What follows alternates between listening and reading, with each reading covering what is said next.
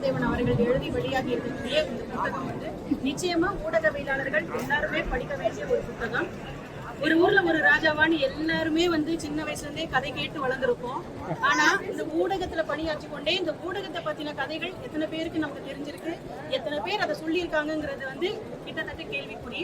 அப்படி இருக்கக்கூடிய சூழல்ல அதிகாரத்துக்கு நெருக்கமா இருக்கக்கூடிய ஊடகத்தை பத்தி அது எப்படி மக்கள் பக்கம் நின்று நியாயத்துக்காக போராடி இருக்கு, குறிப்பிடத்தக்க வகையில தமிழ்நாட்டினுடைய 1/4 நூற்றாண்டு அரசியலுடைய வரலாற்றை திசை மாற்றியதுல முக்கிய பங்கா ஒரு தனி மனிதனால் இருக்க முடியுமா அப்படின்னா முடியும் அப்படிங்கிறதுக்கு ஒரு சாட்சியா இந்த புத்தகம் நம்ம கையில இருக்கு. ஊடகவியலாளர்கள் கண்டிப்பா எல்லாருமே படிக்க வேண்டிய புத்தகம்.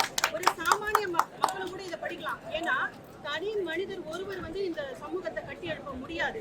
எல்லா அமைப்புகளுமே சேர்ந்துதான் இந்த சமூகத்தை கட்டி எழுப்ப முடியும். அப்படி ஒரு தனி மனிதனால கூட நம்ம என்ன பண்ண முடியும் அப்படிங்கிறதுக்கும் இந்த புத்தகம் வந்து ஒரு உத்வேகமா இருக்கும். நிச்சயமா எல்லாருமே இந்த புத்தகத்தை படிக்கணும்ன்றது என்னுடைய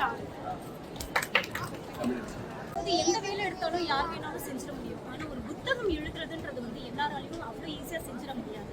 ஏன்னா அது தன்னோட நம்ம சொல்ல வர அந்த விஷயங்கள் வந்து எல்லாருக்கும் ஃபர்ஸ்ட் எல்லாரையும் போய் சேரணும். அது நம்ம செய்தித்துறையில இருக்கிற மக்கள் மட்டும் இல்லாம ஒரு சாமானியனுக்கும் எளிய வகையில ஈஸியா போய் கன்வே பண்ணணும், ஈஸியா ரீச் ஆகணும்னா அந்த வகையில எழுதப்பட்ட ஒரு புத்தகம் தான். மீண்டும் ராஜா சார் பத்தி சொல்லணும்னா இப்போ கூட நாங்க பேசிட்டு தான் வந்தோம்.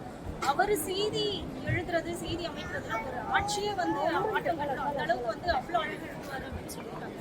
அப்பேற்பட்ட ஒரு ஜாம்பவானோட கைவண்ணத்துல இந்த புத்தகம் பண்ணியிருக்காரு. கண்டிப்பா நாங்க எல்லாமே படிக்கணும்.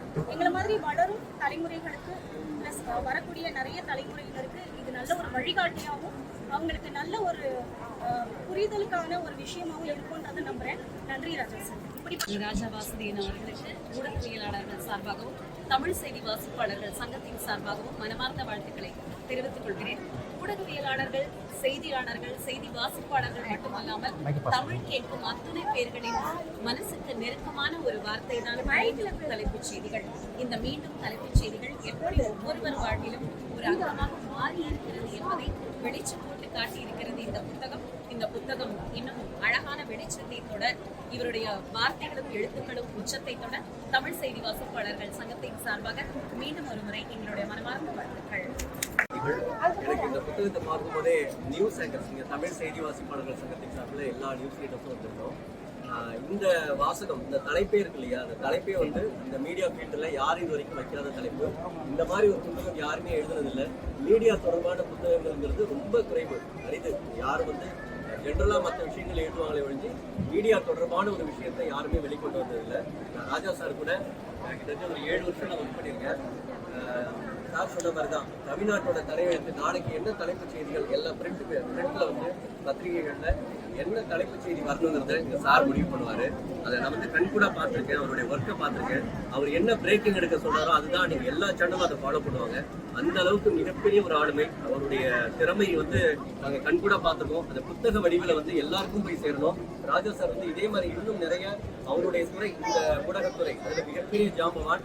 இந்த துறை சார்ந்து இனிமேல் தொடர்ச்சியாக அவங்க வந்து சார் புத்தகம் எழுதுவது தமிழ் செய்தி வாசிப்பாளர்கள் சங்கத்தின் சார்பில் வந்து ஆட்சியே திருப்பி போட்ட ஒரு காலகட்டம்னு சொல்லலாம். ஏன்னா ராஜா சார் கூட நானா ஒர்க் பண்ணிக்க சந்திக்கிட்ட இன்னைக்கு ஒவ்வொரு நியூஸ் சேனல்ஸ் ஹெட்ஸ் எல்லாம் இருக்காங்க. எல்லா செய்தி சேனல்ஸ்லையும் எடிட்டர்ஸ்லாம் இருக்காங்க. அந்த எடிட்டர்ஸ்லாம் இவர் கீழே ஒர்க் பண்ணவங்க தான்.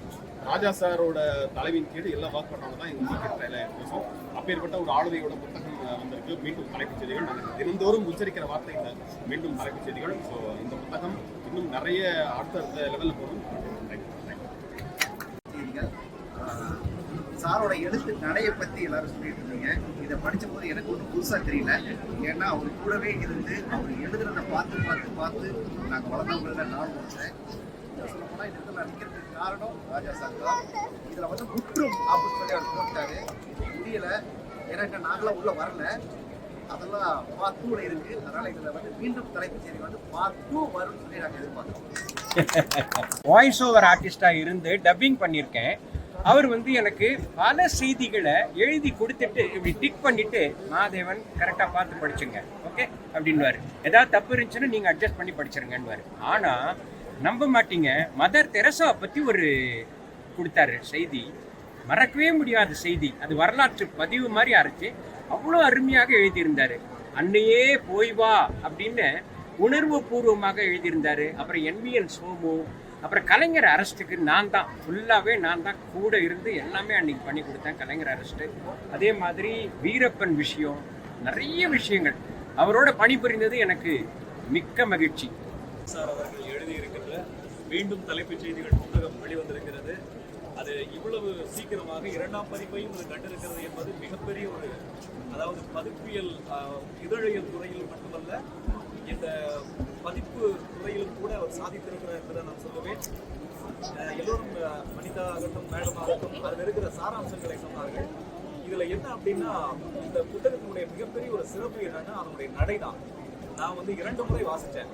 அவ்வளோ அழகான ஒரு நடை, அவ்வளோ, அதாவது ஒரு த்ரில்லர் படத்தை பார்ப்பதை போன்ற இருக்கும். எந்த ஒரு புத்தகத்தையுமே நம்ம எடுத்து படிக்கும்போது ஒரு 10 பக்கம் படிப்போம், சரி அப்புறம் படிப்போம் அப்படின்னு வச்சிருக்கோம். அந்த இயல்புடையவன் தான் நானும். ஆனால் இந்த புத்தகத்தை தொட்ட உடனேயே குறைந்தபட்சம் நான் 250 பக்கம் படிச்சிட்டேன். எல்லாரும் என்ன கேட்டேன், ஏன் எனக்கு இந்த மாதிரியான ஒரு உணர்வு ஏற்பட்டுச்சு அப்படின்னு சொல்லி பல பேர் நான் ஃபோன் பண்ணி கேட்டேன். ஐயோ, நான் 100 பக்கம் படித்தேன், 300 பக்கம் படித்தேன் ஒரே சிட்டியில். அதுதான் ஆச்சரியமான ஒரு விஷயம். இந்த புத்தகம் மிகப்பெரிய ஒரு சாதனையை படைக்கும்.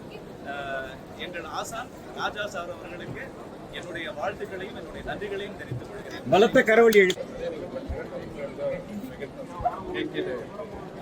அவர் பல நிகழ்வுகளை சொன்னார். ரெண்டு சுவாரஸ்யமான கருப்புசாமி பற்றி தான் இந்த புத்தகமே